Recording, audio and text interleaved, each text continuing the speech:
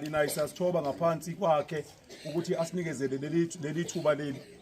Nje silehambele ezethu embili esingesikwazi ukuthi sishiye ngaphandle bese ke nje 2 minutes 5 minutes sikwazi ukuthi singene kumnyombo wosuku. Ngicela usihlalo abantu abasha kwi province asi introducele isambeli sethu esisuka kwi National Youth League.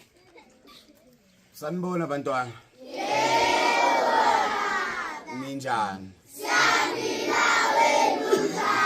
Ngoba anikwazi nini ukuthi nithe amandla nithi awethu ngicela ukunifundisa okwenu ngizothi mina okay nina nithi alright mangithi alright nithi okay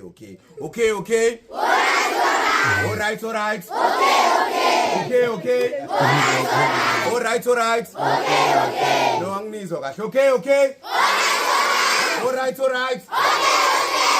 okay alright no ngiyabingelela ngibingelela uthisha omkhulu wesikole ngibingelela othisha abanakekela ikusasa labantwana bethu ngoba ngaphandle kweni bothisha ifuture yakule country le ngicabanga ukuthi sizobe siyadlala uma ngathiwa asinihloniphi bantwana okwami kuncane kakhulu igama lami nguNdumiso ngoba kwaNdlovu isibongo ngokusuka ngisuka eMnambizi bakubiza ngokuthi Alfred Dumanga ngoba siyesibizana ngomasipala esiqhamuka kubona uhlalo wabantu abasha eprovinsini yaKwaZulu Natal futhi mina la eprovinsini yaKwaZulu Natal umuntu okufanele abhekelele ukuthi nina abantwana niyakwazi ukuthi uma ngabe senikhula nifica iSouth Africa kuyiSouth Africa ekwazi ukuthi nilekelele kodwa ke angihambi ngedwa ngihamba nonobhala jikelele omeli iSouth Africa yonke ngicela simshayele nje izandla ngingakamthini ukuthi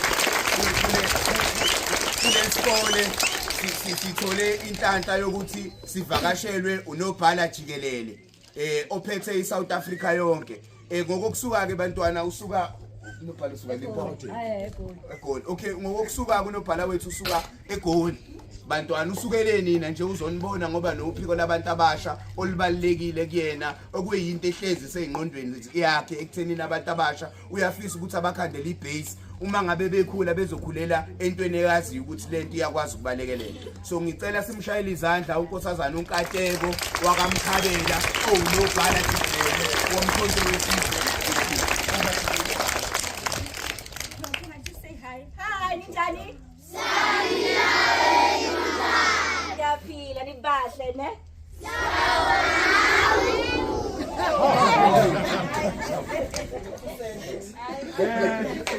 Asibongeke angithi niyamazi uZuma umsholozi lo wayemengameli ngithi niyamazi uZuma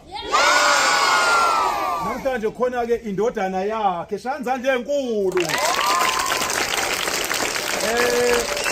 uzothi uma ufike ekhaya ufike usho ukuthi esikoleni sethu bekufike ubhuti uDuduzane Zuma oyindodana kaBaba ubani uZuma ubengameli univakasheleke asifisiki ukuthi sinimoshele isikhathi inhloso yethu namhlanje siwumkhonto especially kule ward yenu nakule cluster balethe izinsiza zokuthi nikwazi ukuthi uma nivuke ekseni uye esibukweni ngithi njengomntwana wesikole ngithi ufike uqhubha amazinyo ube right unuke kamnandi neso so ke kuzokwenzeka kanjena ke abantwana ukuze ningakhubeke emoyeni sohambela amaklasi amabili kuphela neso iklasi la ka grade 1 neklasi la ka grade 7 okay but besifisa ukuthi sinibone nonke sibingelele ngoba ihambeli zethu lezi ekhona besingeke zikwazi ukubona iklasi amaklasi amabili kuphela nibalekileke kithina neso ni future yale country and ngaphandle kwenu lelizwe ngeke liye ndawo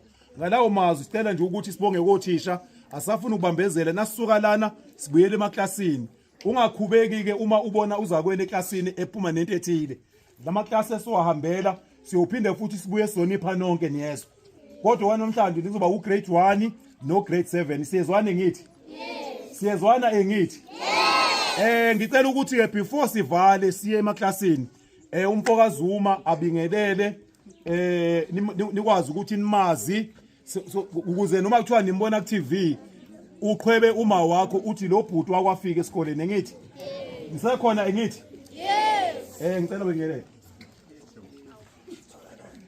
Shimkhulu, thank you very much. Good morning boys and girls. Good morning.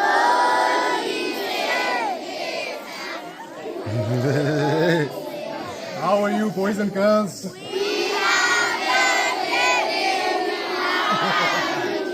No, good. The name is Duduzane. I need 2 minutes of your time. I just want to say thank you very much for giving us the time to come and say hello, to be with you here today. You guys are our future. My children will be commanded, will be led by some of you in this grouping.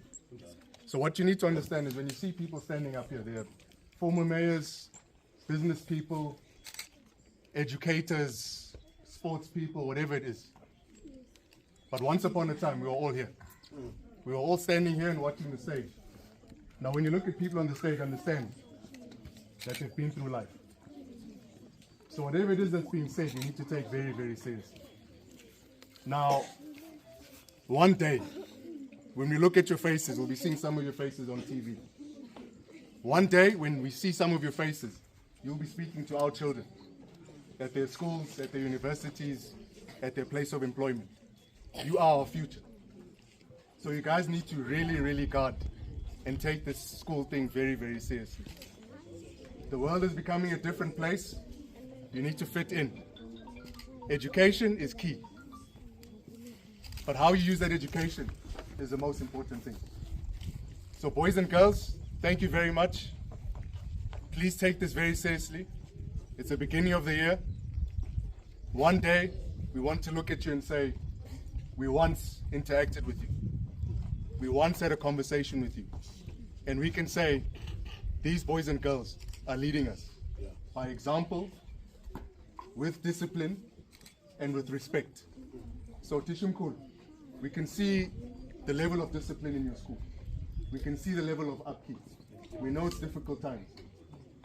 But what we need to understand and what we do appreciate is that with the little that you have, it's gone a long way. We can see it and we appreciate it. To you and your greater staff, your educators, teachers, groundsmen, groundswomen, we appreciate that you're looking after our children. We have to thank you. Thank you very much, Tishumkul. Boys and girls, appreciate your attention. We'll be seeing you soon. Have a lovely day. Umkhonto wesizwe akusono wethu kepha owabantu esihamba nawo. Sizobiza umvelinqangi uNkulunkulu wokhokho wethu izidalwa esihamba nazo. Isimane phakame kule ndawo nisikhumbuze isiko lethu. Nisikhumbuze lokhu esikulelayo. Sicela amandla, sicela uthando, sikhumbule uthando lasihlanganisa. Sikhumbule amazwi kaBaba embeka njengesithunywa sethu. Ngoba lokhonto uyoyikhulumela. Namhlanje khonto uyoyikhulumela. Njengoba lesilana asihambi sodwa, kepha sihamba-ke namandiki namandawo. Sihamba-ke ney'ndondo ezisiphethe, iy'ndondo zamanzi. Singamakhosi, siphume esizolweni samakhosi. Mina ngumfana wongwane, ngiphuma esizweni sosobuza wesibili. Phinde kuphume oGagasha, oManqinza, oNondaba. Namhlanje sicela inhlonipho ibuyele kule nhlangano. Sicela sithandane. Sicela sikhumbule ukuthi inhlangano iyobuyela kumakhosi. Ibuyele kukhansela labelaphi. Maliqonda lokho asizokulwa.